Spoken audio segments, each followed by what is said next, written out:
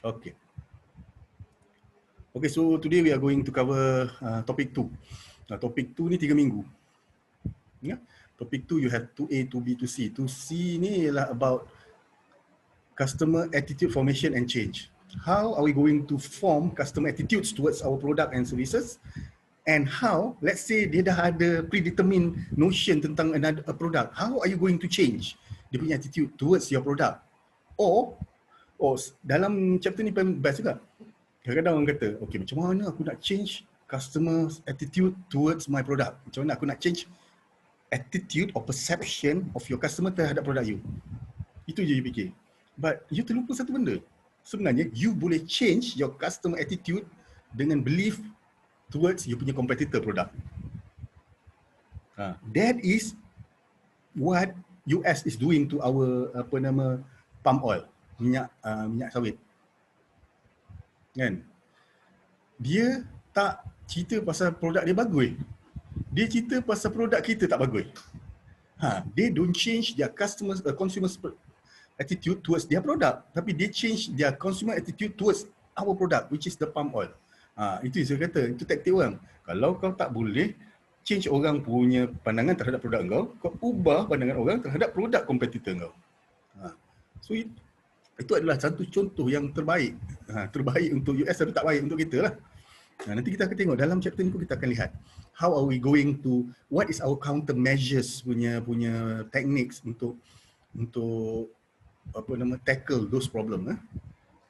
Sebab you kena ingat, some of you akan buat bisnes sendiri, some of you akan bekerja with companies, small companies, some of you will work with multinational company yang besar, kan? So mana tahu responsible you ialah, okay, you kerja dengan majlis Malaysian Palm Oil Board, majlis minyak sawit Malaysia, kan, lembaga minyak sawit Malaysia. Macam mana nak change attitude orang terhadap our ni? Mana tahu, that is one of your task bila dia kerja nanti, kita tak tahu. Okay, remember last week kita cover ni learning, kan? The other week we cover needs, motivation and traits, perception. So today kita akan cover attitudes, customer attitudes, kan? How kita nak form their attitudes and how are we going to change their attitudes. Okay, so we are going to in this chapter, kan, we are going to learn how consumer attitudes influence their decision making. Macam mana dia punya sikap dia boleh influence cara dia membeli. Cara dia untuk membeli, cara dia untuk tidak membeli produk kita. And then we have the tri-component attitude model. Kita ada cognitive, affective and cognitive, kan, punya attitude, attribute dalam that model. And then how are we are going to understand how to apply multi-attribute model to change consumer attitude. Multi-attribute model ni ada banyak. Ada TRA, ada banyak. Nanti kita akan belajar dalam chapter ni. And then ni yang paling cantik lah, how to alter consumer's attitude. Alter, ubah, tweak sikit or change, kan, consumer attitudes.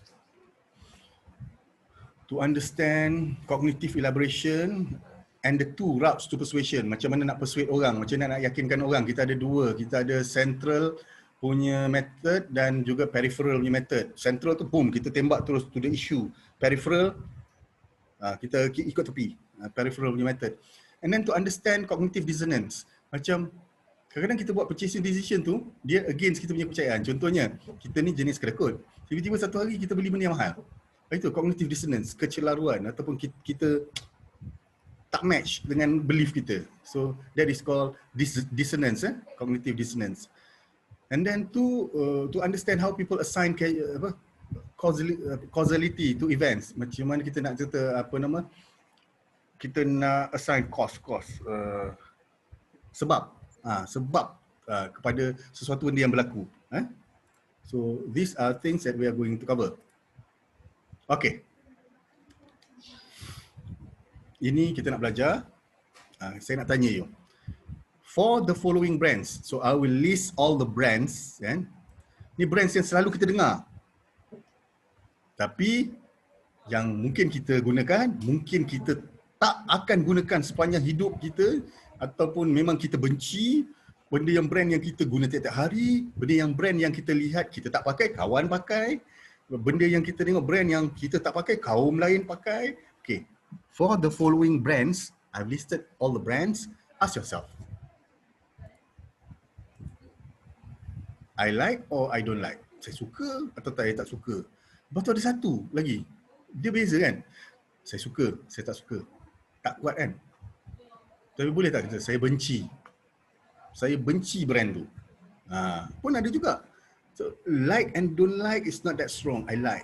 Lain lah macam, I adore that brand. I love that brand. Beza tak connotation between like dengan ayat-ayat yang lain? Okay, ni like and don't like. Biskut Jacob. Like tu maknanya besya-besya je lah. Ataupun macam ada yang macam, saya suka. Ada yang memang tak boleh hidup tanpa Jacob. Tak ada. Ni kebanyakan attitude dia terhadap Jacob ni macam besya-besya je lah. Ada, tak ada pun tak apalah. Kan? Tak ada pun tak apa. Kan, okay. Betul. Bank Islam. Kena ada. Kena ada. Wajib ada. Okay, nak tanya. Kenapa semua orang jawab benda yang sama? Kena ada. Kenapa orang cakap kena ada? Sebab you ada Agrobank. You ada bank rakyat. Kenapa you cakap bank Islam ni kena ada? Sebab Islam. Musim. Bayar yuran. Urusan yuran. Hak Islam. Sebab semua musim. Sebab ya, tangan kat mana? Tangan. Okay. Alright, bank Islam sebab saya suka dia suruh jawab sebab kena bayar yuran. Kalau tak bayar yuran tak pakai bank Islam, tak pakai pun kan. Okay, bank Islam kan. Alright. T-Life. Ada orang suka sangat kan T-Life. Nampak aja T-Life mesti berhenti, betul? Ada orang macam tu kan, pernah tengok kan? Kalau nampak nak T-Life. Kan? Okay, T-Life. Tesco. Tiba-tiba suara tu. Tesco. What is your you like, you don't like, you hate? Like. Okay. I like tu like besya-besya lah. Kalau dekat kawasan you tak ada pun tak apa. Okay, saya nak tanya. Okay, Nick. Ya. Kat mana duduk? Kat mana sekarang? Saya dekat Sungai Besar. Oh, Sungai Besar. Dekat Budi ya, Budi. Budiman. Dia panggil saya bro, go in, go out. Apa nama dia baru dapat datuk last week kan? Itu memang sahabat baik saya, Budi. Okay. Dekat Sungai Besar sekarang PKPB semua orang PKPB kan? Okay, you duduk kat mana? Haji Dorani, Jalan Haji Dorani ke kat mana? Pekan tu, Sungai Besar. Oh, Pekan okey lah. Katakan macam saya sekarang ni, saya duduk dekat Salak Tinggi. Rumah saya, you jalan depan sikit dah sempadan Nilai. So dekat Nilai ada Giant, ada Tesco, ada Grand Union, ada Aeon. Kan? Lepas tu ada Maidin, ada 2 Maidin dekat Nilai. Satu dekat Serimas, satu dekat Nilai Lama. So sekarang bila PKPB, itu ialah kawasan saya nak beli barang dengan murah dan banyak. Tapi bila PKPB saya tak boleh lintas ke Negeri Sembilan. Di Sepang ni hanya ada di area saya ni Salak Tinggi, saya hanya ada Kota Warisan tu je, apa nama Keep Mall tu, ada Econ Safe saja. Sebab tu bila kita terasa macam tadi kan, bila keadaan macam normal keadaan, Tesco tu tak penting. Tapi dalam PKPB tu, you nak beli barang, dia tak kena pergi kedai Aceh kadang mahal.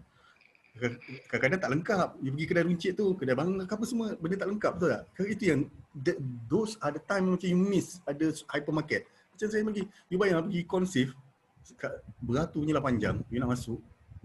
Lepas tu masuk kadang-kadang yang paling you bukan marah ni, you tak suka sekali, you sampai dekat tempat sayur ke apa, nak beratur, nak timbang. Lepas tu, ya Allah panjang ke. Dah lah you letak balik, memang tak larat. That is when you miss this type of hypermarket lah, macam Tesco apa semua.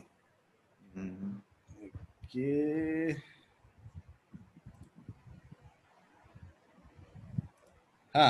Mana tadi? Dutch Lady. Pure Form. Just lady. Air, susu. Okay. Suka. Okay. Okay. Yang fresh milk kan. Dia ada fresh milk dengan apa tu? Saya pun tak ingat lagi. Yang hijau tu fresh milk kan? Lepas tu dia ada yang apa nama low fat. Lepas tu apa benda lagi lah. Full cream. Full cream full cream. Tapi sekarang dengan adanya siapa nama susu yang Melayu tu nama? Farm Fresh kan? Farm Fresh ramai migrate to Farm Fresh kan? Ya. Yes. Dan kalau you sedar ke tak sedar, satu benda lah, kita nak beli barang, kita jangan sombong tau. You pergi dekat mana-mana lah, Giant ke Tesco ke apa benda semua. Saya tak nak belilah produk tu, You tengok, Tesco punya susu ialah susu Farm Fresh, betul tak? Tesco punya susu cap Tesco ialah susu Farm Fresh. You tengok. Lepas tu saya pergi ke Econsif, susu tu cap India punya lah. Kan, cap India. Selalu you katalah zaman-zaman dulu kan kita associate dengan orang India berlembu. Orang India berlembu yang mengeluarkan susu, betul tak? Lepas tu saya pergi Econsif, saya tengok, saya kalau beli susu ni saya suka macam Dutch Lady ni, dia ada tutup pusing kan. Kalau susu cap lain dia tak ada pusing, dia jenis tekan. Tekan tu selalu susu tak tahan lama, basi kan. Susu akan bau. Tapi kalau macam ni tutup tu, so saya cari Dutch Lady habis. So saya nampak ada satu ni cap apa dah India kan. Lepas tu ramai orang skeptikal kata ini cap apa benda lah, kita tak pernah dengar. Tapi angkat dia bawah ni susu ialah Farm Fresh. Dia macam mineral water lah. You boleh buat mineral water, you pergi ke kilang mineral water, you boleh buat cap you. Tapi orang tu je yang keluarkan. Super kat susu ni. Kan, you boleh buat cap you. Cap Nick. Susu Nick. Kan. Kan susu sungai besar ni kan kata. Tapi Farm Fresh juga yang keluarkan. Kan. Okay. So that is Dutch Lady. What about AirAsia ni? Macam mana? Kena ada. Kena ada? Nanti tak balik Semenanjung. Nanti tak balik Semenanjung. You duduk mana? Di Sarawak. Sarawak kat mana? Dekat Mekah. Oh. Jauh. Berapa kali tukar flight? Ada. 2 kali kalau nak balik sini. Sekali je. Oh, Mukah KLIA ada Tak ada. Dia kena pergi Bintulu 4 jam baru sampai airport yang pergi KL. So maknanya Mukah tak ada flight langsung lah? Ada tapi tak direct pergi KL. So maknanya Mukah ke Bintulu ke KLIA? Okey lah. Tapi tengok sekarang nak tak nak kita kena ada AirAsia. Why? Because Malindo dah tinggal kat pesawat apa? Pesawat kecil kan? Pesawat besar dia dah tak ada kan? Ada dah. Tu yang saya kata. Saya suka Malindo. Saya tak berapa suka AirAsia. Satu, kalau AirAsia, siapa pernah pergi luar negeri naik AirAsia? Pergi Thailand pergi Thailand, pergi shopping, pergi mana? Vietnam. beli tudung, beli ni kan. Okey. AirAsia tak ada first class, tak ada business class, betul tak? Dia cuma ada apa nama? Red yang merah tu kan. Yang duduk depan tu you kaki tu luas sikit lah. Tu je kan? Tapi Malindo kalau pergi overseas dia murah tau. Saya pergi Australia naik Malindo, naik business class, murah tak mahal. Lepas tu selesa. Berbanding dengan emas ke, berbanding dengan apa kan. Tapi tu yang saya sayang macam dia dah tinggal pesawat kecil kan. Tapi AirAsia banyak lagi pesawat besar.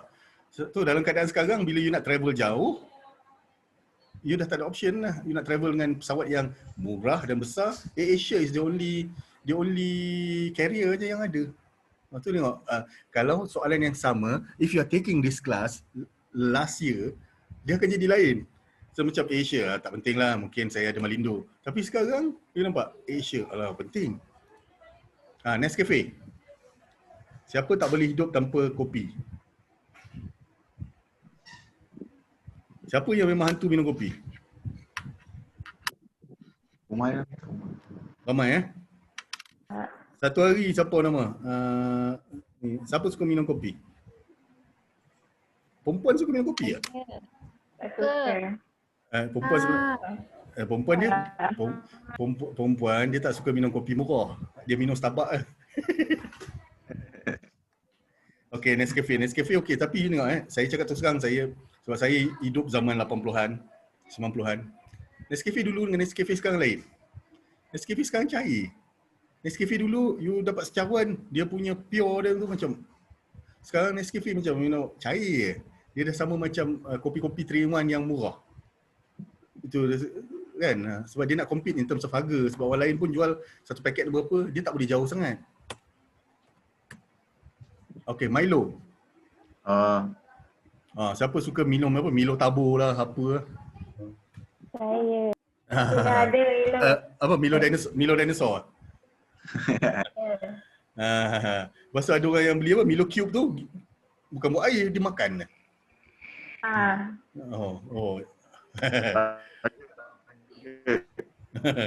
Okey, Aeon. Like good. Saya tahu. Ramai yang perempuan suka pergi ni sebenarnya. Suka pergi Kaison. Sebab dekat Aeon je ada. Kan? Banyak kedai yang hanya ada Aeon. Aeon ni punya style dia lah. Kat mana dia buka, dia akan bawa kedai yang sama. Sebab tu you dah tahu kan. Sebab tu yang you jarang jumpa kedai-kedai yang baru dekat Aeon. Ni GSC. Dia tahu kan wayang dah tutup kan minggu lepas? Tutup. Semua sehingga dia beritahu kelak. Kesian dia kata apa, dalam industri dia ada berapa ribu, 8,000 pekerja. You bayangkan wayang ni dalam shopping complex. Dia kena sewa tempat. Lepas tu dia bayar renovation, tata 20 juta ke 5 juta ke. Lepas tu dia ada banyak tempat. Sekarang tak ada sale satu pun. Sakit tu. Ini antara yang saya bersimpati jugalah wayang.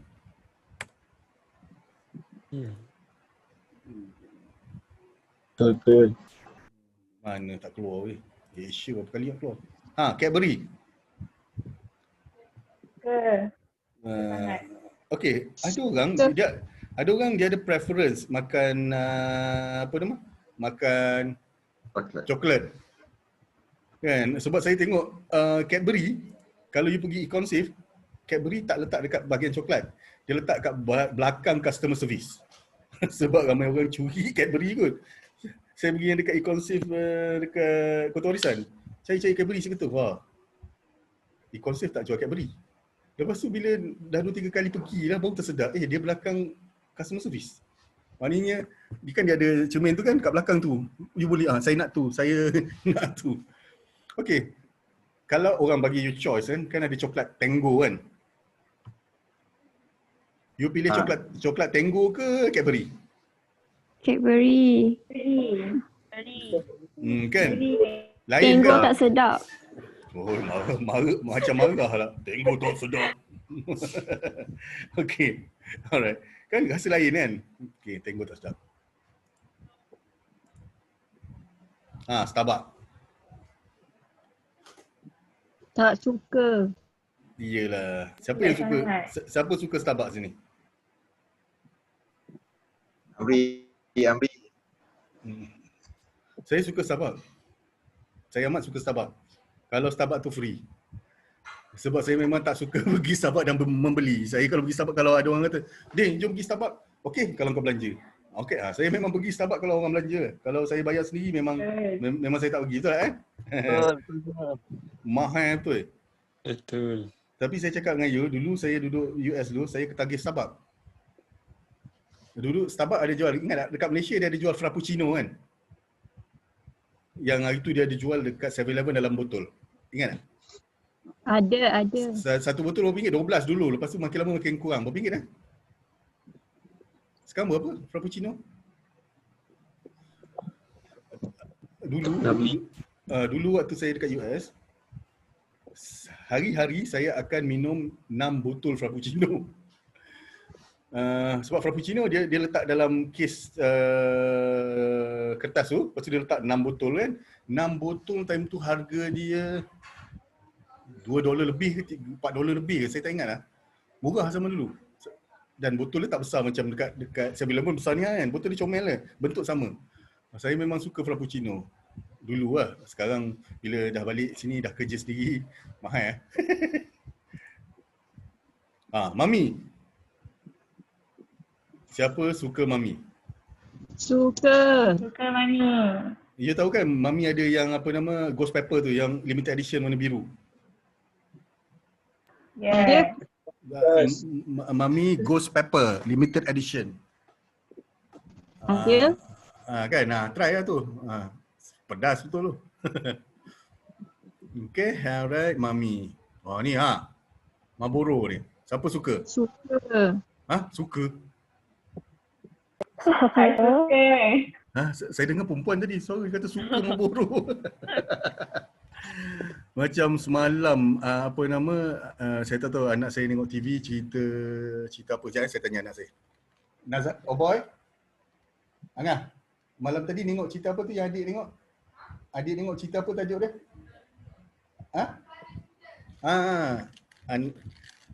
Anak saya tengok cerita apa? Angkara Cinta. Ada yang tahu tajuk tu? Angkara Cinta. Dalam Astro. Tak tahu. Dalam Astro dia ada banyak dah nombor siri ke-9 ke berapa kan. Cerita dia biasalah cerita Melayu kan. Tapi salah satu yang paling best macam saya dengan wife saya terpinga-pinga, dengan anak saya semua terpinga because it is out of context. Dia macam you tahu kan orang pergi kelab malam, apa tu ada orang minum arak, benda situ. Itu biasa tau sebab you tengok konteks dalam cerita tu macam tu. Tapi dia macam tiba-tiba ada makcik tu pakai tudung, lepas tu dia cakap dengan anak dia, mak dia batuk-batuk. Lepas tu anak dia kata, itulah mak asyik isap okok. Lepas tu saya dengan wife saya dengan anak saya fikir, apa kena mengena dalam cerita ni tiba-tiba dia kena cakap mak dia pakai tudung dan tak ada konteks dalam cerita tu, tak adalah hiburan ke apa semua, mak dia tengah sapu sampah, lepas tu mak dia batuk, itulah mak isap okok. Saya kata, kenapa perkara ini dibawa berbangkit kan? Tapi serius, saya kenal, zaman dulu saya kerja, saya kenal ramai perempuan isap okok. Dan bila kita assume, bila kita kata rokok dan wanita, kita selalu kata wanita yang isap okok ni manusia Dia kata mesti tak pakai tudung, mesti macam ni. Tak, saya pernah jumpa orang yang pakai tudung labu isap okok. Dan ramai. Kan, waktu saya kerja, zaman saya lepas SPM dulu, biasalah lepas SPM semua orang kerja, ramai orang kerja jadi salesman, sales girl kan. Saya dulu zaman dulu kerja, zaman kalau saya kerja jadi sales girl, saya jadi sales girl lah. Saya jadi jaga sales dulu dekat shopping complex waktu saya lepas SPM. Ramai yang isap okok, perempuan yang biasalah yang tak pakai tudung, duduk kat tangga. Tapi bila saya dah tua, saya tengok rupanya ramai orang yang meniaga macam dekat bazar. Rupanya makcik-makcik dekat bazar, atau akak-akak kat bazar ke umur 49 ke apa semua, yang pakai tudung apa semua, pakai baju kurung kan. Lepas tu pergi kat belakang bazar, ramai yang isap okok. Saya pun terkejut kan, tengok geng-geng perempuan isap okok kat belakang. Dia berbeza zaman sekarang dengan zaman sekarang dulu tahun 80-an, you sedar tak? You tak lahir tahun 80-an. 80-an, 70-an, nenek-nenek kita isap okok. Di kampung. Kan, bukan ni, ada yang tak isap okok daun, ada yang isap okok betul lah, okok kotak ni. Okok apa 555 lah apa zaman dulu kan. Lepas tu bila dah naik tahun 90-an, benda tu dah jadi tabu. Perempuan tidak merokok. 90-an. Di hujung 90-an, awal 2000, perempuan yang merokok adalah perempuan yang jahat. Dia dalam Malaysia tu lah dia punya tu kan. Dia punya aliran benda tu lah. Okay, rokok. Arak, Heineken. Nampak tak? Dia punya kilang kat tepi highway kan? Dia kata, benda ni apa perasaan you terhadap benda ni? Semua senyap. Benci. Allah. Tak, ayat orang yang pertama tadi. Benci. Benci tu kena garang lah sikit kan. Janganlah benci. Saya tak boleh tolerate arak. Saya memang benci sangat. Benda ni. Bagi saya macam, saya cakap tu, saya belajar di US. Orang putih minum arak. Tapi orang putih respect orang yang tak minum arak because pada dia ialah arak is a choice. Personal choice. You nak minum, you minum, you tidak akan influence orang untuk minum. Macam saya tak minum, tapi saya suka lepak.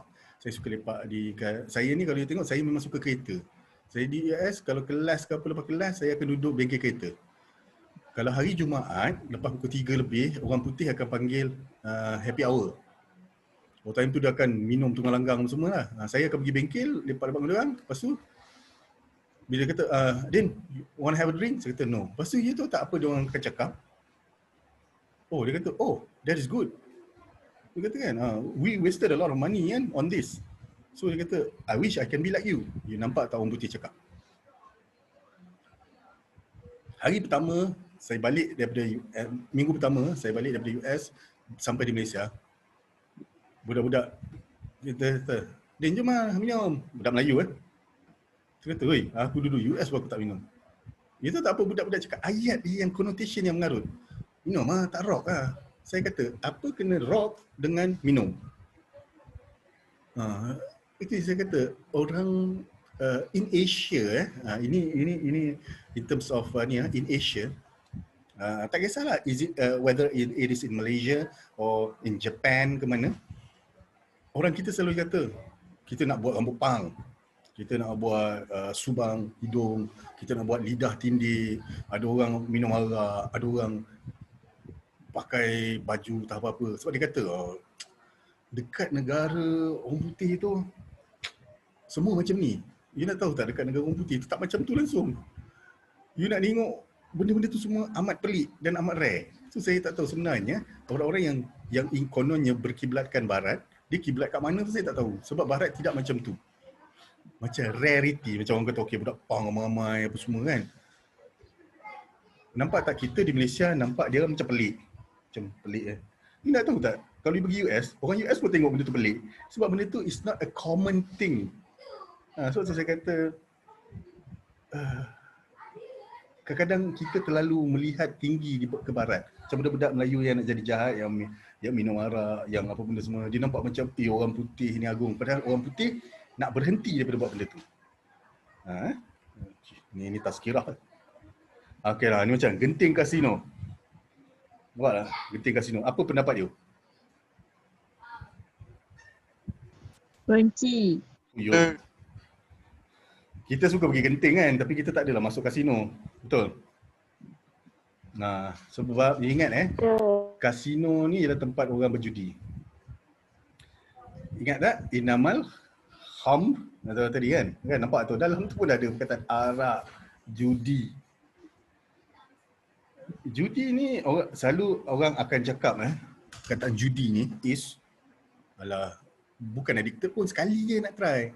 Okay, World Health Organization WHO recognize judi, gambling is a disease. You bayang World Health Organization acknowledge bahawa gambling ni, judi ni ialah satu penyakit. So sebab tu jangan mula. Sebab satu, kenapa mula? Manusia ni tamak. Kita suka benda uncertainty. Kita bagi RM1 dengan harapan dapat RM10, lepas tu kita hilang RM1. Tak apa, baru hilang RM1. Aku try lagi RM1. Kalau aku hilang RM2, baru hilang RM2. Aku akan try sampai aku hilang sama yang apa aku akan dapat. Itu manusia. Kan? That is very dangerous. Okay. So what is attitude? What is attitude? Attitude, you have to remember, bila dalam exam ke ataupun bila you nak tahu, you kena ingat these two things. It is a learn, predisposition. Learn, benda tu belajar. Attitude you, benda lain yang shape you. You belajar daripada your observation. Remember last week, from your observation. Daripada mana? Family. Your friends. Kan? Your environment. Contohnya, you akan sedar, sekarang you dalam universiti. You rasa you punya attitude will be shaped by your friends. Tapi lepas ni you kerja, attitude kita sebenarnya selalu berubah. The attitude is dynamic because selalu kita punya environment keep expanding. Mula kita sekolah rendah, sekolah menengah, masuk universiti, kerja. Lepas tu kita interact with others, right? So attitude is a learned predisposition. to behave in a consistently favorable or unfavorable manner. Contoh, sedar tak attitude semua ni tadi terhadap arak tadi ialah sama. Semua benci kan? Semua benci sebab benda tu haram kan? So kalau you nampak arak kat mana-mana pun sekarang, besok, lusa, kemarin, tahun depan, you tetap benci. Betul? Sebab tu saya kata attitude ialah you learn. Kita baca dalam Quran, kita kata benda tu haram. Nabi bercakap haram. Kita punya kawan-kawan kita kata haram. Kita pergi sekolah kata haram. Nampak tak? Learn predisposition dan menyebabkan attitude kita terhadap that product, that object, kita benci. So that is why we behave in a consistently favorable or unfavorable manner. In this particular situation terhadap arak, kita behave unfavorable, dalam keadaan yang favorable, kita benci. With respect to a given object. Macam tadi lah you kata bank Islam kan. A learn predisposition. Sebab kita tahu bank Islam, bank yang pertama, Islamic semua ni riba lah apa benda you cakap semua. You dah belajar, cikgu kata macam tu, lecturer kata macam tu, family pun semua pakai bank Islam. So bila you nampak bank Islam, you suka bank Islam. Ayat you, remember unanimously you said ayat you tadi lah kena ada. Nah, that is attitude. Okay, consumer learns attitude. Source of attitude formation is your experience, your family, friends, and nowadays it is through your media, internet, and social media. Okay. Importance of attitude in consumer behavior. Bukan kepada you sebagai pengguna, tapi kepada, katakan, let us put ourselves as manufacturers, as businesses kan. Because when we learn attitude, what form attitude in consumer behavior, we will understand consumer preference. Oh, consumer ni suka apa? And we can determine whether people will adopt to the new product. Sebab tu kita kata kita nak change attitude dia. And by that, we can also develop promotional strategy. So benda ni macam berturut, berkait. Okay. Role of personality factors. Yeah. Okay, macam ingat tak last week saya kata need for cognition. You nak tahu, you nak ambil tahu. You nak tahu, know the facts. And kalau you nak beli benda baru, contohnya kan, okay. Katakan nasi lemak. Tak nak nasi lemak lah. Ubat gigi lah, ubat gigi Ubat gigi saya nak tanya. Let's say ubat gigi. Farah Hanum. Ya, Farah Hanum. Ya. Okey, pakai ubat gigi cap apa? Darling. Apa tak dengar? Gapo dia? Darling. Dali. Okey, Dali. Tapi you boleh, you tengah print ke, Farah? Print? Bunyi, tak, tu bunyi kipas. Bunyi kipas. Saya dengar macam bunyi printer, ngak keluar kan. Okey. Bagus juga kipas you berbunyi printer Okey. Farah, you memang suka Dali ke? You memang tak kisah boleh ubah apa-apa? Tak kisah. Tak kisah. Okey, tak apa. Terima kasih Farah. Okey, ada tak siapa kat sini memang dia ada preference when it comes to ubat gigi? Ada siapa-siapa sini? Khairul Rahim. Allah. Ubat gigi you ada preference lah? Ataupun tak kisahlah apa-apa? Ataupun ada orang dia nak kena pakai Colgate. Yeah. Okay, in terms of ubat gigi right? You ada preference brand ke ataupun you tak kisahlah pakai apa-apa? Kalau ada duit beli Parodontax. Kalau ada duit beli, kalau tak ada duit tak beli langsung ubat gigi ke? Ke pakai brand apa-apa tak kisah? Depends on duit ada ke tak? Tak kisah. Kan? Okay. Okay, siapa yang dalam ni ada preference? Dia nak pakai cap Mukmin aja. Dia nak kena pakai halal gel aja. Dia nak pakai Colgate aja. Ada tak?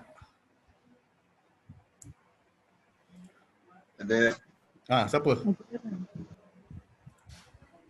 Ada. Syafiq. Okey, kita ambil satu contoh lah. Kalau orang tu suka memang Colgate lah. Bagilah dia Dali ke apa ke, cak ayam ke, dia tak nak. Tapi, bila kalau dia nak ditukar lah, Orang ni mesti dia nak tahu apa kelebihan. Sebab tu dia kata need for cognition. Dia akan baca, dia akan cari apa kelebihan benda tu, apa kekurangan. Kemudian untuk dia tukar, produk yang baru tu kena ada sense of innovativeness. Kena ada kelainan daripada apa yang dia pakai sekarang. Takkan dia kata, sebab aku nak tukar sebab benda tu murah. Kan? Kalau murah, faktor murah dah lama dia tukar. Isu dia sekarang, orang yang susah nak tukar, orang yang suka pada satu brand, kalau dia nak tukar, satu mesti dia nak tahu facts, why dia nak tukar, apa kelebihan. Yang kedua, apa kelebihan? Apa new features yang ada pada produk baru. Okay, roles of attitude. Kena ingat attitudes are consistent with behavior. Sikap you adalah konsisten dengan apa yang you zahirkan. You tak suka, you benci arak. Itu ialah attitude, sikap. Behavior apa? You lalu tengok budak-budak minum arak kat tepi bar dekat Bangsa ke apa tu, you lalu ke mana lah, kat tempat. Nampak tak attitude you? You punya behavior. Muka, you jalan laju, you lari, you avoid, ambil jalan jauh. Nampak tak? So attitudes are consistent with behavior. Betul tak? Atau adakah you kata, okay aku benci arak, you nampak orang minum arak, bro, apa khabar? Nampak tak? Attitude ni tak konsisten dengan behavior. So attitude selalunya konsisten dengan behavior. Kalau you tak suka, you akan zahirkan kat muka you. Kadang-kadang ada orang nak fake kan. You tak suka orang tu, you buat senyum, orang pun nampak senyum ni tak ikhlas. Okay, how do situation affect attitudes? Contoh situation. Contohnya energizer battery. Situation sekarang, ini situation di US lah. Dia kata US ni kalau area-area bawah ni, pengalaman saya duduk area-area bawah ni selalu hurricane, bawah tepi bucu. Florida, New Orleans macam ni. Katakan US macam ni, bucu-bucu ni selalu hurricane. Okey, kalau area sini selalu tornado. Tengah-tengah ni selalu tornado. So energizer battery dalam keadaan hurricane is coming, lepas tu dia kata, okey, situasi. Sebab hurricane tu apa? Hurricane bahasa Melayu apa? Puting beliuk bukan. Hurricane apa? Ribut. Ribut nak datang, so aku kena ada bateri, simpan bateri. Macam orang kata nak banjir kan, nak banjir orang selalu simpan apa? Bot. Simpan apa kan? So orang dah tahu situation ni apa kena buat. That is how situation affect attitude. Alright. Sekarang kita sampailah ke tri-component attitude model. Kita ada kognitif, afektif dengan kognitif. Dia macam ni Skill kognitif, afektif dengan ni Okey. Kognitif macam saya kata tadi, knowledge and perception of product. Contohnya, produk ni Bamlang buat Indonesia punya company, tapi sekarang dia ada kilang, dia ada office dia ke kilang dia saya tak tahu dekat Subang. Kan? Okay, that is my cognitive. Saya knowledge, perception. Saya suka sebab benda ni murah, pening-pening boleh cari kat kepala. That is cognitive. Affective is you punya emotion dengan feeling. Saya suka benda ni. Saya suka bau dia. Kan? Ada orang suka bau dia. Bau dia tu. Saya suka rasa panas je. Malam nak tidur kalau hujan, saya rasa tu saya letak kat tapak kaki. Kan? So dalam affective ni, you express as favorable or unfavorable attitude towards a brand. Bam cap lap. Okay. Kognitif ni ialah action atau behavior you towards a brand. Saya kata, okay, saya nak beli benda ni. Kognitif tadi, okay, kita balik-balik. Kognitif kita, okay, benda ni bagus, benda ni murah. So knowledge you. Murah, benda ni panas, benda ni ada, kalau yang dijual di Malaysia ada nombor MAL, maknanya KKM dah daftar dengan KKM lah, Kementerian Kesihatan Malaysia. Okey, so saya tak perlu takut lah kan, benda ni beracun ke benda semua sebab ada. Okay, that is kognitif. Saya nak tahu tentang maklumat tentang produk ini. Okay, efektif ialah, saya suka benda ni. Benda ni sebab murah, saya kena ada benda ni. Kalau time-time hujan ke semua kan, sakit lutut ke apa semua, lepas main bola ke kan. Kognitif, sebab saya suka benda ni, sebab saya dah tahu, understand about this product, the features, saya nak beli. Kan? So kognitif ialah actions or behavior towards a product or brand. Saya nak beli. benda ni tak bagus, saya tak nak beli. Nampak tak? That is kognitif. Okay, ini tadilah saya cerita kognitif, ni kognitif komponen, afektif. Lepas tu, okay, dalam you nak tahu afektif komponen tadi, suka tak suka, benci, suka sikit, suka sangat, kita boleh guna, saya rasa semua ada FYP kan, student FPKS ada kan, final year project kan? Ada. Okay, you buat survey ke, you buat apa? Ada yang buat survey, ada yang buat literature review je kan? Kan ada yang buat interview pun ada kan? Ada. So bila you buat survey, you selalu pakai Likert scale kan? You kata strongly agree, disagree, apa benda semualah. So you selalu nak ukur perasaan orang, emotion dengan feeling, you guna itulah Likert scale. Affective component ni tadi you measure by Likert scale. Okay. Tadi kognitif macam ni. You nak beli ke tak nak beli kan tadi kata. Attitude tu terhadap nak beli ke tak nak beli. Ni kognitif. Okay. Nak tanya ni. Nampak lambang musim?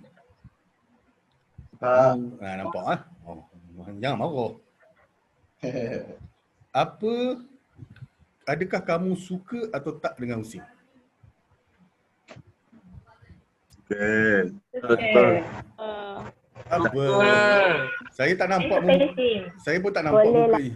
Saya pun tak nampak muka. You tak kisah. Suka. Saya suka tadi. Siapa cakap boleh lah. Boleh lah. Okey, boleh lah pun boleh lah. Okey. Ada yang tak suka tak? Ada yang kata macam tak sukalah. Ada yang cakap suka, ada yang cakap boleh lah, ada yang cakap tak tahulah perasaan apa. Okey. Bagaimana ia membentuk kepercayaan anda terhadap universiti? Kalau macam tadi kata boleh lah. So you percaya tak universiti ni? You nampak tak? You tak payah jawab lah. You percaya tak? Dengan apa yang you feeling sekarang, saya rasa some of you mungkin ada yang tak suka tapi tak cakap. Tak suka. Tapi disebabkan kalau you tak suka, macam mana dia membentuk kepercayaan you terhadap universiti ni? Satu. Yang kedua, ni saya nak tanya. Mana tadi? Nazira. Ya, saya. Okey, saya tak tahu you suka ke tak ataupun you lebih kurang ke Kak Usim, tapi saya nak tanya. Kalau you diberi peluang untuk membuat master, adakah you akan buat di Usim?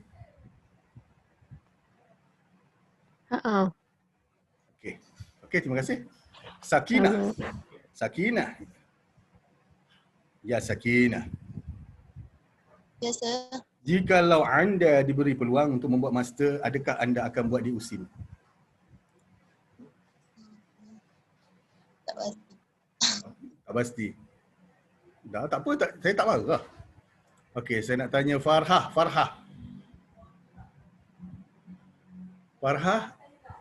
If you, soalan yang sama Farhah. Kalau dapat peluang buat master, nak buat kat USIM ke, nak buat kat UKM ke, nak buat kat UM ke, UUM ke? Saya tak kisah. Tak kisah. Tak handsome tak apa, janji kaya. Tak kisah. Okey. Alright. Sebab you sedar tak? Kalau orang yang suka, saya nak ambil contoh sebab saya banyak pergi graduate school. Sebagai contoh macam student di UUM. Majoriti lah sebab saya pergi sana. Bila you pergi ke pendaftaran pelajar baru, master. Pelajar baru PhD. You masuk-masuk, you tampak, student UUM buat master kat UUM ramai. Sebab dia kata dia tak fikir tempat lain. UUM dulu. You boleh tanya dengan dia orang, apa maksudnya? Maknanya dia orang sayang kat UUM. Tapi boleh juga you tanya nampak pergi you lain, you kata you pergi mana postgraduate university, you pergi dekat pendaftaran postgraduate ni tengok. Kenapa student asal universiti ni tak ada kat universiti ni ramai orang luar. So dia tengok apa attitude dia terhadap universiti. Okey, Fauzan Malik. Ya, betul. You anak nombor berapa? Nombor 6. Ada adik? Tak ada. Bongsu. Okey. Katakan lepas ni you kahwin. Kan, lepas tu you dah kahwin, ada anak, lepas 19 tahun You nak hantar tak anak you kat USIM? Nak. Nak. Seronok lah. Okay, katakan you ada, atas you ada apa? Akak, abang? Akak, semua akak. Okay, akak you yang atas you betul-betul nombor 5 belajar kat mana? Dah kerja. Oh betul lah, you dah tahun 4 kan? Kan, betul juga. Okay. Thank you, Fauzan. Aina Nadia. Aina. Ya, saya. Ada adik tak? Ada. Okay, nak hantar tak adik kat USIM? Lama dia. Kalau dia nak, boleh lah. Kalau dia nak. Tapi adakah you akan influence dia? Dia kata, USIM best. Ya, adakah you akan influence dia? Ataupun macam adakah you akan bagi option? Macam habis adik USBM nak isi borang, kata isilah sendiri. You tak cerita langsung masa USIM. You tak cerita, lepas SPM, kau isi USIM lah. Nanti boleh sama, boleh akak nampaklah hostel akak lu, akak tulis nama akak, siapa nama tadi? Aina. Aina was here kan. dekat KK1 ke apa semua kan. You akan cerita, best tu, nanti makan dekat sini, nanti photo state kat situ, kat Zarasa, boleh makan dekat apa, Marlboro apa nama, steakhouse kan. Ataupun adik you lepas SPM, isi borang, terpulang adik nak masuk letak apa, UIA ke, USIM tak sebut langsung. Aina, Nadia. Okay, ataupun lepas you dah kahwin apa semua, you ada anak, you nak hantar anak you kat USIM tak? Saya bagi option kot kat dia. Tengok tu, dia memang ada masalah dengan USIM. Tak. Okay, dan satu lagi soalan. Aina, lepas ni you kerja, adakah you akan bagi wakaf kat USIM sebagai alumni ni, you akan mewakafkan lah, katakan wakaf tunai ke? Kalau you ada peluang, kalau katakan okay, sekarang you kaya, lepas you kerja ni, lepas 20 tahun you kaya, adakah you nak wakafkan, you ada duit memang banyak, you nak wakafkan bangunan ke, you nak wakafkan sejuta ke, kalau you mampu dekat USIM? Mesti. Mesti? Mesti ya. Ataupun sebab you kaya, you kata you ada banyak peluang, boleh bagi kat mana-mana tempat lain yang lebih memerlukan ke? Balas budi USIM kot. Okay. Alright. Terima kasih. Sama. Okay, sama juga dengan Mira Akmal. Ya, Mira Akmal. Ya, saya. Okay. Ada adik? Ada. Okay. Recommend adik masuk USIM tak? Recommend. Okay. Hantar anak dekat USIM tak? Hantar. Akan berwakaf tak kepada USIM? Mesti. Ya, mesti. Okay, terima kasih. Ada rezeki mesti hantar. Okay, terima kasih. Nampak tak bila kita cerita pasal wakaf, bila kita kata university with kata wakaf ni, tentunya kalau dalam bahasa orang putih sama, lebih konsepnya macam endowment lah. Tapi sudah tak ada biggest endowment, kebanyakannya lah di universiti-universiti yang bukan Islam. Kita ambil benda paling simple lah. Tengok ada universiti di luar negeri yang bila you grad, you boleh mewakafkan, you boleh endow batu-bata untuk buat bangunan dia. Dan dia akan buat bangunan. Sebab saya dah tengok. Dan setiap batu-batu tu dia akan tulis you. Contohnya tadi siapa nama, Hafizah kan. Hafizah, dia akan tulis kat situ. Hafizah Class of 2020.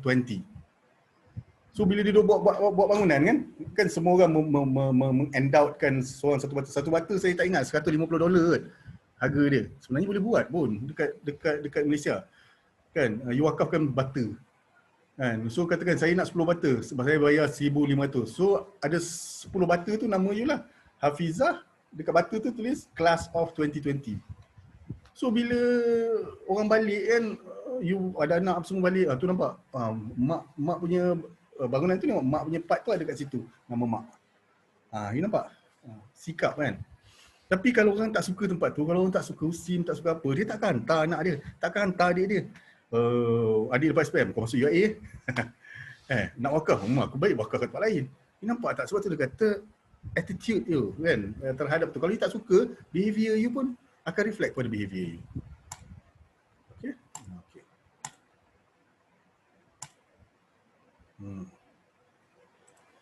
How are we going to change belief about product? Nak change, ingat tak tadi saya kata boleh change, tapi nak change susah. Kenapa? You remember perkataan belief. Belief tu apa? Kepercayaan. Senang ke nak ubah kepercayaan orang? Susah kan? You can change but it is an uphill battle lah. Kan? Susah bila nak kepercayaan, susah nak ubah, tapi boleh ubah. But people can change brand image. Macam ni ha. Okay, ini changing about belief about product Ini cerita itu yang pasal kata orang kata Cadbury ada DNA babi apa semua kan. Tapi dia buat iklan ni macam ni, so all is good, enjoy us again, certified halal kan. Okay, this is what you call changing brand image. Daripada macam ni tukar macam ni. Banyak kan produk-produk di Malaysia yang tukar logo kan. Sebab dia dah lama in pasaran, dia nak something fresh kan. Not only to retain their existing customers but also to get new customers. New customers ni selalu daripada golongan yang muda. So they have to change their brand image. Kan macam ni dia change kan. Selalu bila orang change dia akan tulis selalu kalau makanan new look same taste. Okay. Okay, changing belief. Ini yang saya kata tadi. Changing beliefs about competing brand. Ini cerita tentang kelapa sawit. Ini Malaysia punya perspektif lah. Kita tak cakap kita punya bagus. Tapi kita compare dengan orang lain punya. Oh, soya bean ni nak tanam soya bean 1 hektar dapat keluar 0.3 tan aja. 1 hektar ni kena pakai 315 kilo racun baja. Kena pakai 29 kilo racun. Lepas tu tenaga kena guna 2.9 gigajoule. Tapi untuk kelapa sawit 1 hektar dapat 4 tan. Guna racun sikit, guna tenaga sikit, guna baja pun sikit. Nampak tak? Itu how are we going to alter consumer attitude. It's either kita change the belief about product, in which itu susah nak buat. Yang kedua, change brand image, kita ubah logo, kita ubah color, kita ubah apa semua. Or change the belief about competing brand. Kita tak boleh tukar pasal kita tukar belief about our competitors.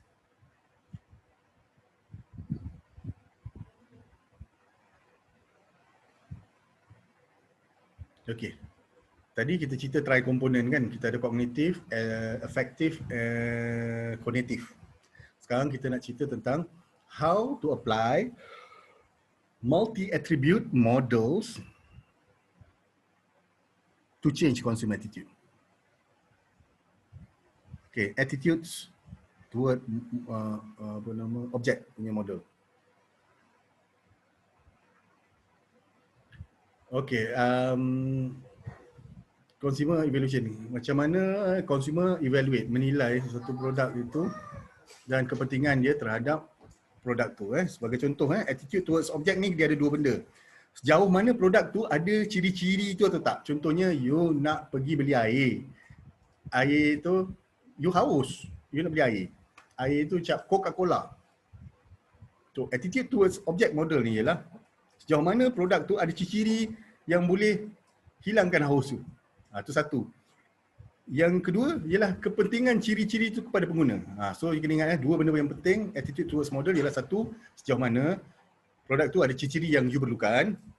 Yang kedua, sejauh mana ciri-ciri itu penting terhadap consumer. Sebagai contoh, you ada air.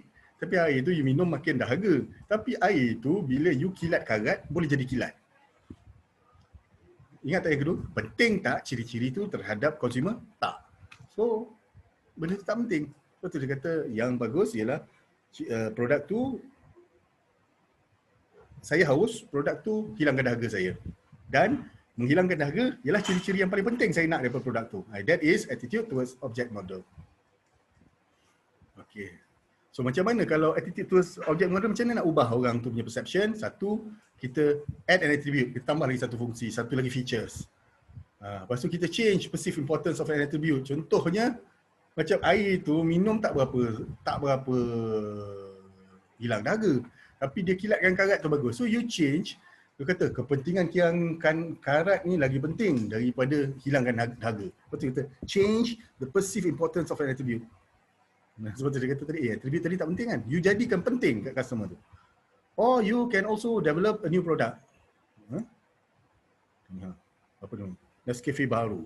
Kau. Nescafe O Kau memang kuat. Ataupun, ni pun sama juga.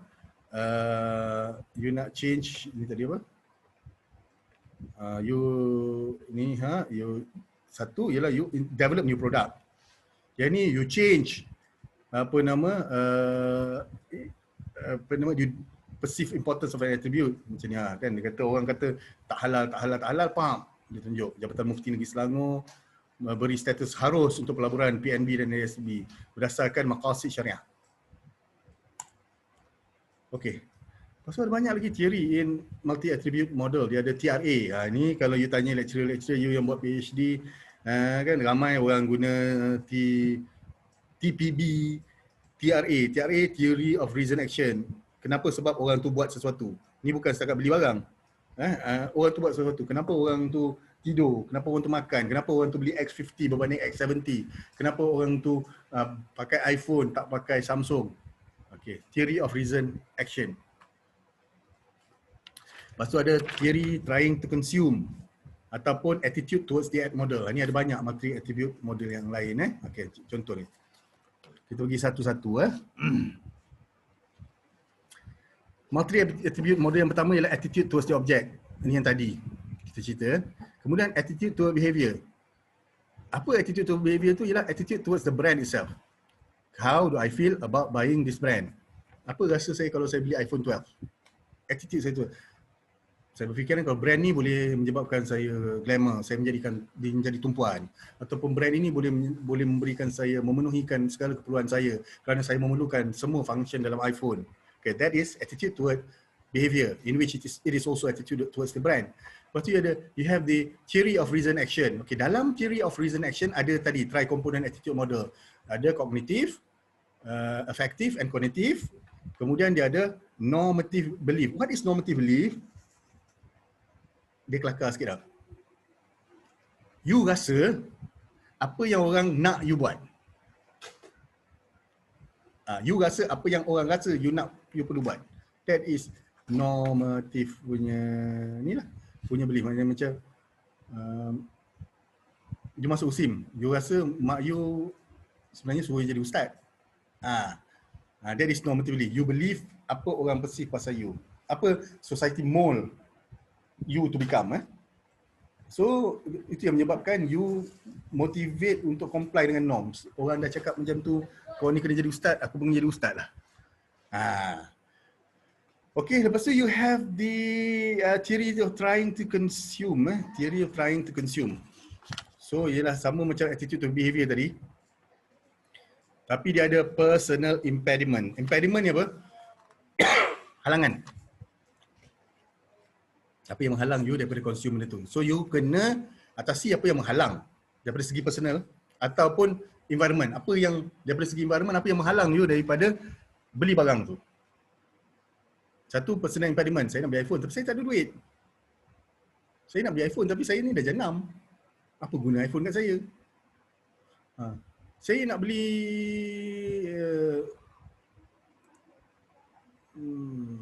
saya nak beli benda tu tapi orang kawan-kawan saya kata bazir beli tu benda tu. Dia environment impediment. Halangan daripada environment, halangan daripada peribadi you. Okay, and then you have the attitude towards the ad. Attitudes toward the brand are formed based on how you feel about the advertisement for this brand. Macam you lah tengok. Elan apa? Baju kurung khas Nuri. Baju kurung khas Nuri. You macam, seronok lah. Nak beli lah. Tak mahal pun. Baju kurung khas Nuri hanya RM50 saja. Tak mahal lah. Boleh beli. Nampak tak? Bila you suka brand, you suka iklan dia, mana you suka brand dia. Kelakar. Sebab tu dia kata, itulah peranan orang yang membuat iklan. Kan? Macam mana you nak buat set the tone of your product. produk ni aku hendaklah jadi produk yang disukai. Sometimes people purchase not because they want to use the product. It is just because they like the advertisement. They have to have that thing. Kemudian, the last one is the attitude towards social media posts. Attitude towards brand are formed based on how consumer feel about what they see on social media about the brand. Dalam social media, ramai orang puji brand tu. Dalam social media, brand tu banyak bantu orang susah time COVID ni. Dalam social media ni, brand tu tiba-tiba time COVID ni banyak buat PPE bagi free dekat frontliners. Saya ambil satu benda contoh yang paling simple sekali. Abit Liu Mart. Abit Mart. You sedar tak Abit Liu is a brand by itself. Apabila dia keluar, dia sebenarnya menaikkan kepercayaan orang terhadap brand tu. Dia nampak Ustaz Abit Liu pergi ke sana, tolong orang ni, pergi Sabah. Satu kapal kargo penuhkan barang tu pergi Sabah. Nampak tak? Attitudes towards brands are formed based on how consumers feel about what they see on social media. Nampak baguslah Abit Liu ni. So bila dia buat kedai, dia sedar tak orang beratur nak masuk. Kata that is attitude towards social media post.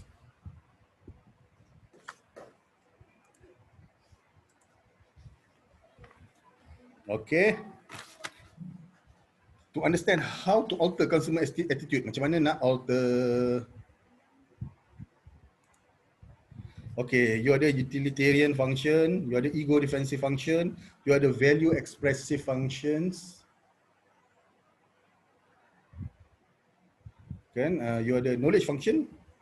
Ada kan, and then you can associate brands with worthy causes and events. Okay. Satu. Utilitarian function. Tahu tak apa maksud utility? Utility ni bukan masuk air, bukan masuk api, bukan maksud api air. Dalam bahasa ekonomi, dia datang dari kata util. Util ni maksudnya kepuasan. Contohnya, you beli produk tu, you puas. Produk ini macam dia kata quench your thirst, hilangkan dahaga you. So, you minum, hilangkan dahaga, you puas. So, satu util. Satu unit kepuasan, dia kira kan. Satu util dalam ekonomi. Dia bukan utilitarian, utility, ni api air. Tak. Util dalam bahasa ekonomi ialah puas kot. Satu fungsi yang you puas. So, dia kata you quench your thirst, you minum, you hilang dahaga, you puas. Okay, that is utilitarian function. Macam ni utilitarian function juga. Kasut ni kata dia apa? Dia laju. Kasut ni ringan, dia ketat, dia boleh bagi selesa. You pakai, you beli, ya betul. You puas. Ego defensive ni tadi ialah dia replace uncertainty with feeling of security. Maknanya macam ni lah. Find your greatness. Macam saya lah, saya tak nak ambil dia, saya ambil saya. Saya ni gemuk. Kan, bila saya pakai, tengok, Nike, kalau saya pakai Nike ni, saya dapat hilangkan insecurity saya ni gemuk. Dia dapat replace feeling uncertainty with feeling of security. Saya rasa macam selamat dengan brand ni, okay. So that is ego defensive function. Ni value expressive function ialah sikap melambangkan nilai dan kepercayaan. Healthy lunch choices under 500 calories. Dia nak menjustify kan dia. Orang kata, makan McD tak elok tapi dia kata, ni semua bawah 500 kalori.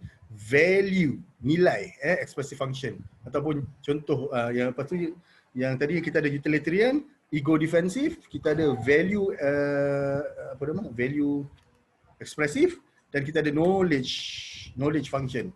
Knowledge function is the strong need to understand the character of the product. Kita nak tahu apa benefit of palm oil. Knowledge function. Rupanya minyak sawit ni tahan lama, boleh simpan lama.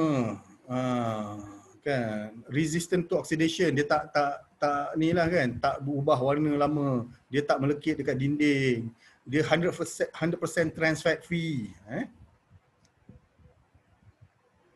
Okay, ingat tadi saya kata macam nak ubah orang, kita ada bukan ubah, macam mana nak yakinkan orang. There are two routes to persuasion. Saya ingat dulu, di Malaysia dulu saya selalu ROUTES, saya panggil ROUTE, route. Kan? Jalan mana nak pergi. Saya pergi Saya duduk kat US, dulu saya hantar surat khabar. Surat khabar. So kita ada ni lah, route ni nak pakai mana. Saya katalah route. Orang putih semua tak faham. Lepas tu saya je, R-O-U-T-E. Lepas tu dia kata, oh route. Oh route. So route ni ialah pilihan. Dua cabang. Bukan dua cabang. Route ni ialah you nak ikut route sana ke sini. Jalan sana ke jalan sini.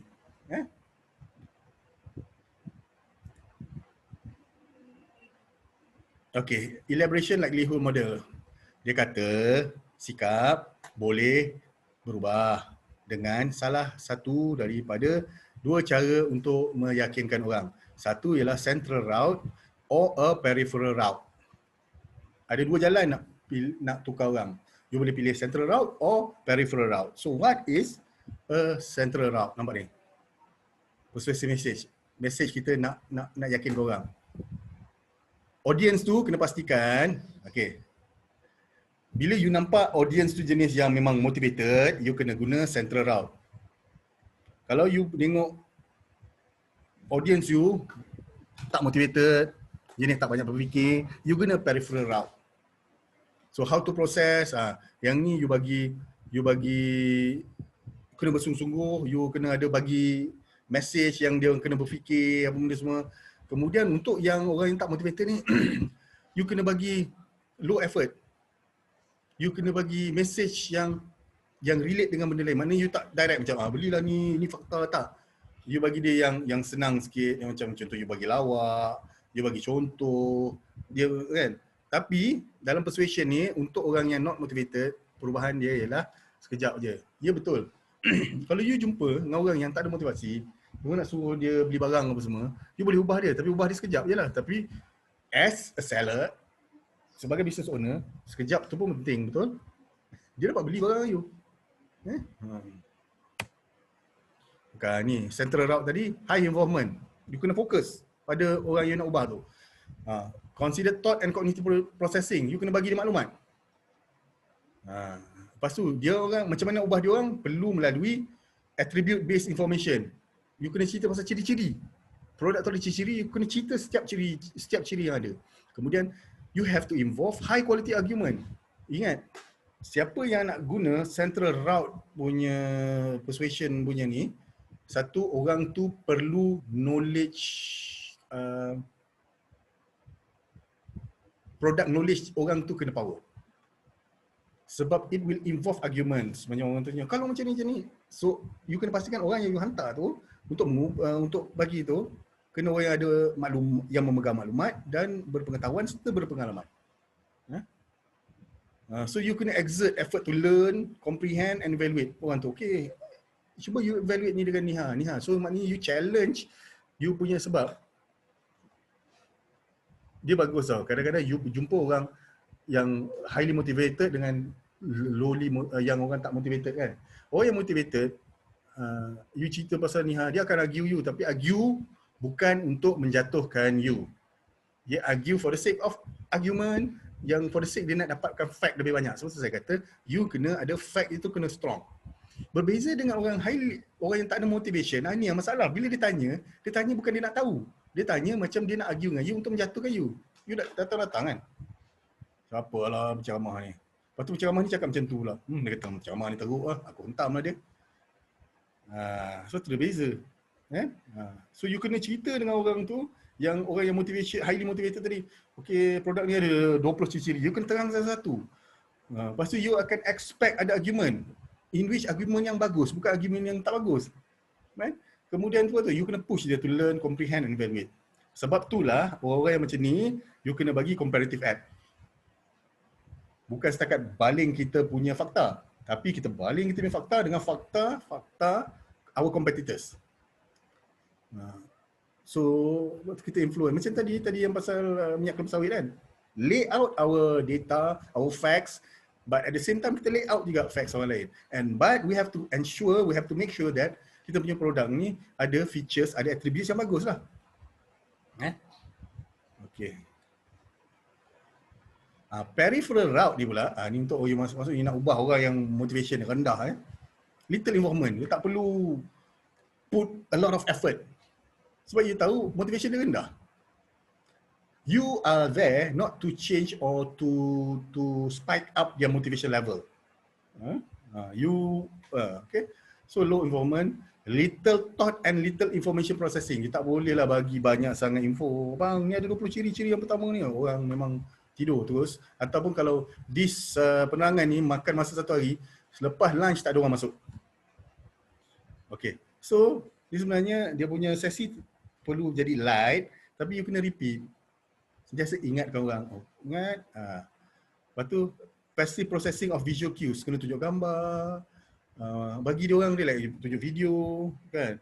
Lepas tu, you bagi the holistic processing. Macam, okay, ini X70 ni boleh ni. You tak cerita pasal X70. X70 kalau kita tengok daripada engine macam ni. Daripada bonnet macam ni, daripada ni. Tak. Holistic. Nampak the whole big picture. Non-comparative ad, you cerita pasal produk you aja. And subjective knowledge. Knowledge yang tak perlu berfikir, yang subjektif, yang open to interpretation. Open to interpretation. Dia tak perlu yang macam ni. Open to interpretation. So, apa tadi kata? Comparative ad are processed centrally, non-comparative ad processed peripherally. Maknanya macam tu. Product knowledge, higher knowledge, objective knowledge for utilitarian product, then hedonic product. Maknanya orang yang suka pada kepuasan.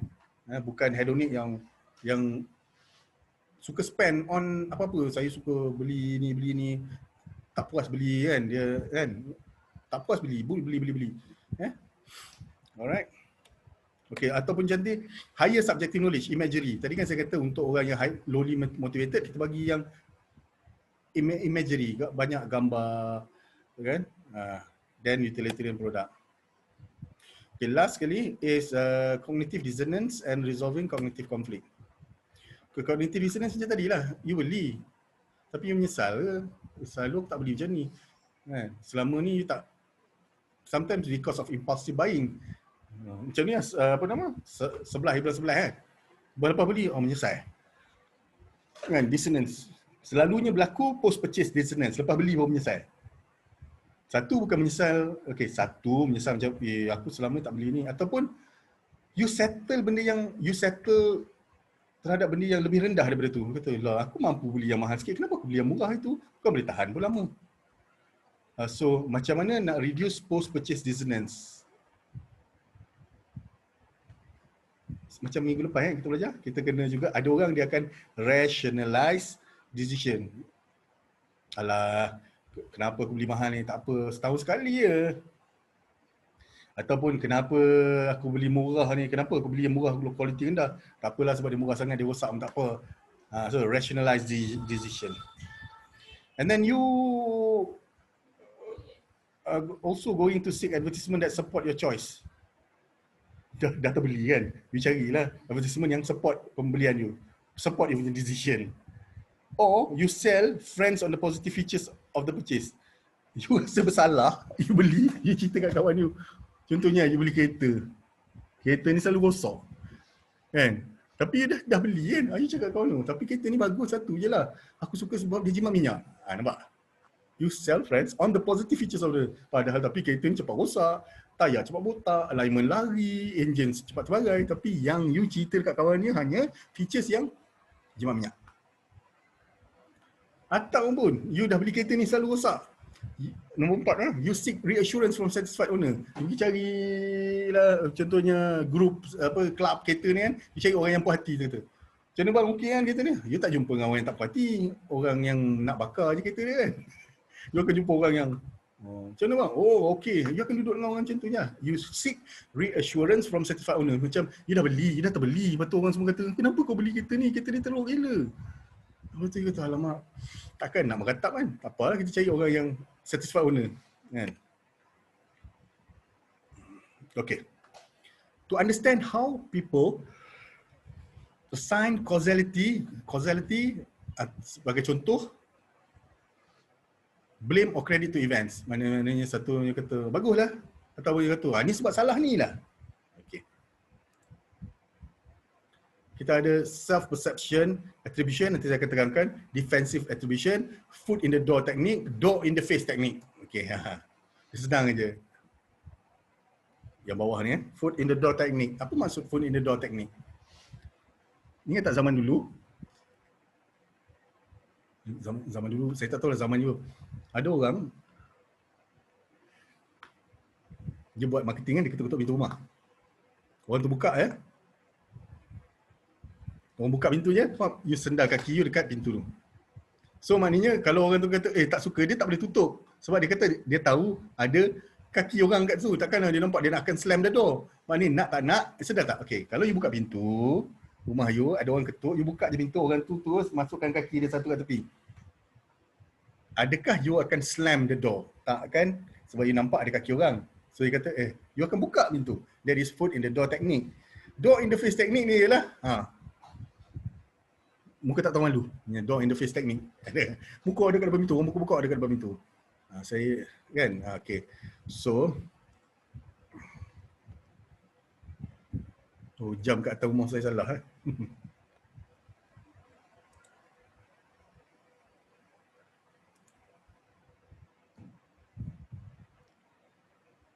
Okay.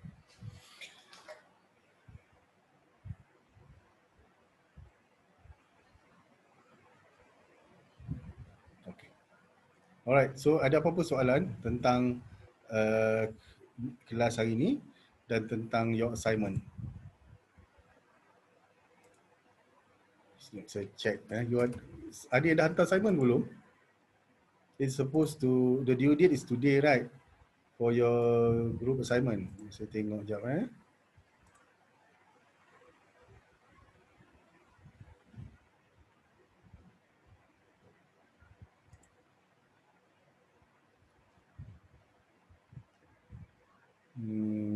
Class attendance, jangan lupa class attendance, nak tengok video kelas ni pun boleh. Assignment, bila due date? Oh ni individual. Sekejap group assignment 1 KQB1. Hari ni dah dihantar ke?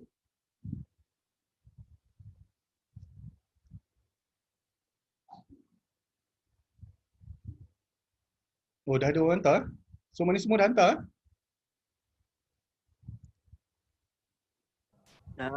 Semua dah hantar. Betul. Maknanya ada 12 grup Macam mana boleh ada 12 grup? Sebab you ada berapa? 50. Satu grup ada berapa ni? 6. 5. 4. Okey, yang saya nampak ni Nurul Ain Farhana, Rabiatul Adawiyah, Liana Mardiah, Nur Nakiyah, Nurul Azma, Nur Auni, kan, silap. Berapa orang hantar ni? 1, 2, 3. Oh ni yang betul Ni yang list yang hantar ke?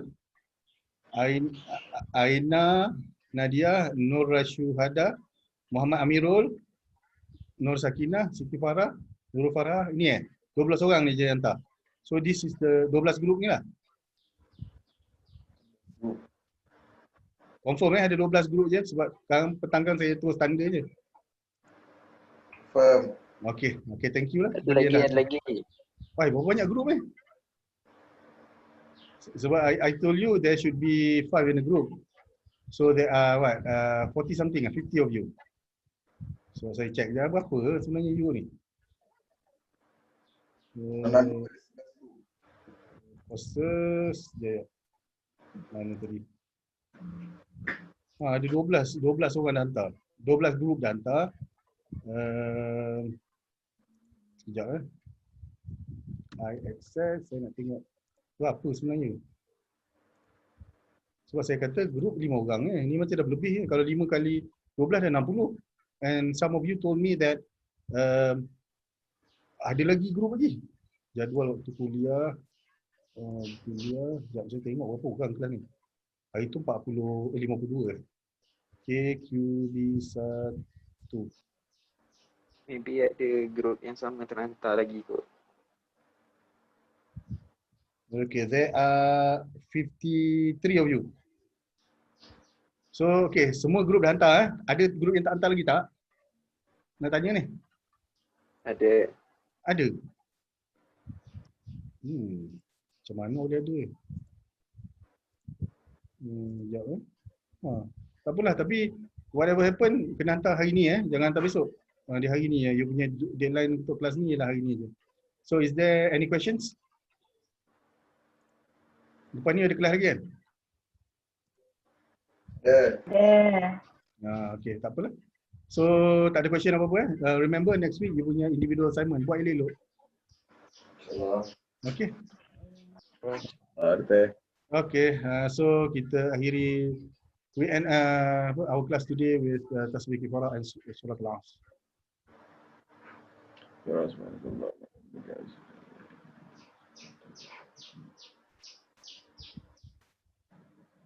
Assalamualaikum warahmatullahi wabarakatuh. Thank you, Doctor. Thank you, Doctor. Thank you, Doctor.